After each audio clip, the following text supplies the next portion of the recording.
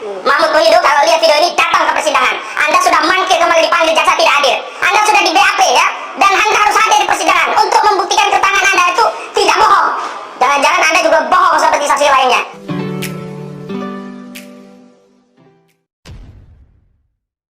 Assalamualaikum warahmatullahi wabarakatuh. Hamdan wa syukran lillah, sholatan wa salamun ala rasulillah, amma ba'd. Kali ini Ahmad Kosinuddin ya betul-betul sepertinya geram ya. Dia pun berteriak-teriak dan meminta ya agar Mahmud Nurwindu ya, salah seorang rekan atau sahabat Pak Jokowi yang kemudian pernah viral karena disebut-sebut oleh Bambang Trimulyono juga dalam berbagai keterangan ya dan wawancara daripada Bambang Trimulyono ini, yang menurutnya bahwa Mahmud Nurwindu itu telah berbohong ya dan mengaku teman sebangkunya Pak Jokowi, padahal menurutnya tidak. Dalam salah satu acara podcast ya memang ya Bambang Tri bersama Sugi Nur menyampaikan itu soal Mahmud Nurwindu, bahwa Bambang Tri itu sudah pernah mendatangi beliau, tapi menurutnya Mahmud Nurwindu tidak bisa memberikan ya jawaban. Dan ya pada kesempatan yang lain ya Mahmud Nurwindu kemudian membantah itu. Dan kali ini Ahmad Kosinuddin ya berteriak-teriak agar Mahmud Nurwindu itu melihat videonya katanya, dan dia bisa hadir di persidangan karena dia sudah di BAP ya. Bahkan menurutnya dia sudah dipanggil kejaksaan tetapi mangkir ya. Ahmad Kosinuddin ini betul-betul ya sepertinya geram dan meminta agar Mahmud Nurwindu hadir di persidangan untuk memberikan keterangan ya, untuk membenarkan ya bahwa apa yang pernah disampaikan itu tidaklah bohong ya. Katanya jangan-jangan juga informasinya itu bohong seperti yang pernah ya diberikan ya keterangan oleh seorang saksi yang ketika di BAP-nya katanya Muslim, tetapi ketika disumpah di persidangan itu kemudian ya Kristen. Nah, ini yang kemudian membuat Ahmad Kosinuddin menantang Mahmud Nurwindu. Untuk lebih jelasnya kita akan simak seperti apa Ahmad Kosinuddin ini. Mari kita simak. Kepentingannya bukan untuk kepentingan Bambang Trimulyono dan Gus Dur. Ini adalah kepentingan untuk seluruh rakyat Indonesia. Karena kita semua punya kepentingan tidak ingin dipimpin oleh pemimpin yang ijazahnya palsu. Saya tanya, apakah kita mau ridho dipimpin oleh pemimpin yang ijazahnya palsu? Tidak. Apakah kita mau ridho ikhlas kalau pemimpin kita itu berijazah palsu? Tidak. Karena itu kita ingin buktikan di dalam persidangan ini. Kita ingin ada keyakinan bagi kita, lega, ridho, ikhlas, bahkan bahagia punya presiden yang ijazahnya asli. Begitu loh. Ini meminjam istilahnya Pak Amin Rais, kan asli. Kata Pak Amin itu sederhana. Kalau mau membuktikan ijazah presiden asli, Pak Presiden, ini tutorial untuk membuktikan ijazahnya asli atau tidak.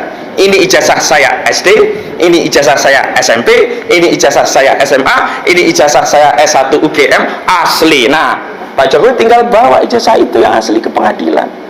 Selesai perkara, vonis Bambang Tri 100 tahun, nggak apa-apa, nggak ada masalah. Saya mau mati di penjara 100 tahun gak ada masalah, tapi dengan keyakinan, jangan dengan asumsi.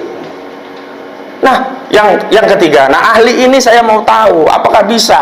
Makanya kemarin Bambang Tri meminta Mahmud Nurwindu untuk dihadirkan dalam persidangan ini. Mahmud Nurwindu, kalau lihat video ini datang ke persidangan. Anda sudah mangkir kembali dipanggil jaksa tidak hadir. Anda sudah di BAP ya, dan Anda harus hadir di persidangan untuk membuktikan keterangan Anda itu tidak bohong.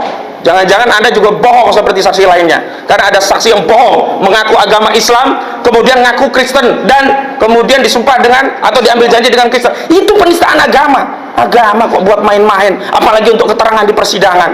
Giliran Gus Dur meyakini mubahalah, dituduh menistakan agama gitu loh. Nah, yang kedua juga ahli ya. Cuman ahlinya itu bukan ahli apa-apa. Dia ahli ITE. Ya, ahli ITE itu ya dia hanya melihat, oh apakah nanti bisa di like, bisa share, ada komen, apakah ini bisa dilihat oleh seluruh rakyat, apakah ini diupload, re-upload, dia kayak gitu-gitu. Dia ya sangat berapi-api ya dan bersemangat bagaimana Ahmad Kosinuddin ini betul-betul ya membangun sebuah opini logika yang membuat kita ini ya juga sepertinya akan tergiring ya, publik bisa-bisa tergiring dengan logika yang dia bangun. Bagaimana dia membangun analoginya bahwa apakah kita ridha ya pemimpin kita itu berijazah palsu? Ya dijawab oleh hadirin tidak ya. Apakah kita ridha pemimpin kita ini berijazah palsu? Tidak ya. Logika yang memang secara sederhana ya, kalau ini dipahami secara simpel ya memang logis juga sih sebenarnya. Tidak mungkin orang mau dipimpin oleh orang yang berijazah palsu ya. Inilah kehebatan mereka dalam membangun opini-opini itu. Bahkan Ahmad Kossinuddin ya mencoba membangun narasinya bahwa dia melakukan ini bukan untuk kepentingan siapa-siapa, bukan hanya untuk kepentingan Bang Bantri, bukan hanya kepentingan Gus Nur, tetapi itu dilakukan katanya demi kepentingan warga bangsa Indonesia, agar pemimpinnya katanya itu ya jelas apakah dia memiliki ijazah asli apa palsu ya. Itu yang mereka bangun. Paling tidak bahwa menurut kita ya upaya ini sebenarnya lebih pada upaya untuk kemudian mencari simpati publik ya, dukungan moral dari publik Indonesia. Padahal ini kan persoalan sebenarnya adalah persoalan kecil, persoalan ya remeh ya. Kok kemudian kenapa harus diperbesar-besar ya? Kenapa kemudian sampai harus ya membentuk ya banyak tim pengacara yang kemudian ya terlibat di sini?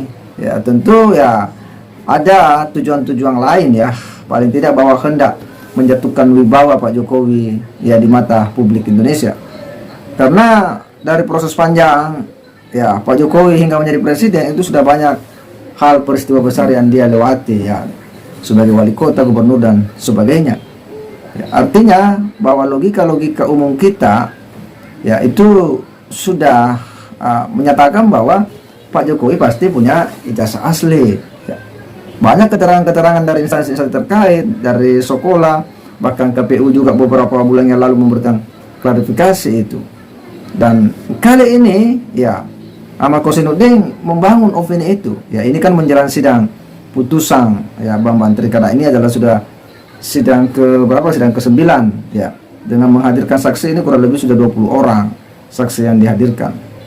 Dan kita ya melihat bahwa memang persidangan ini cukup ya panas ya setiap persidangan, dan kuasa hukum ini memang selalu saja ngotot agar ijazah asli itu dihadirkan.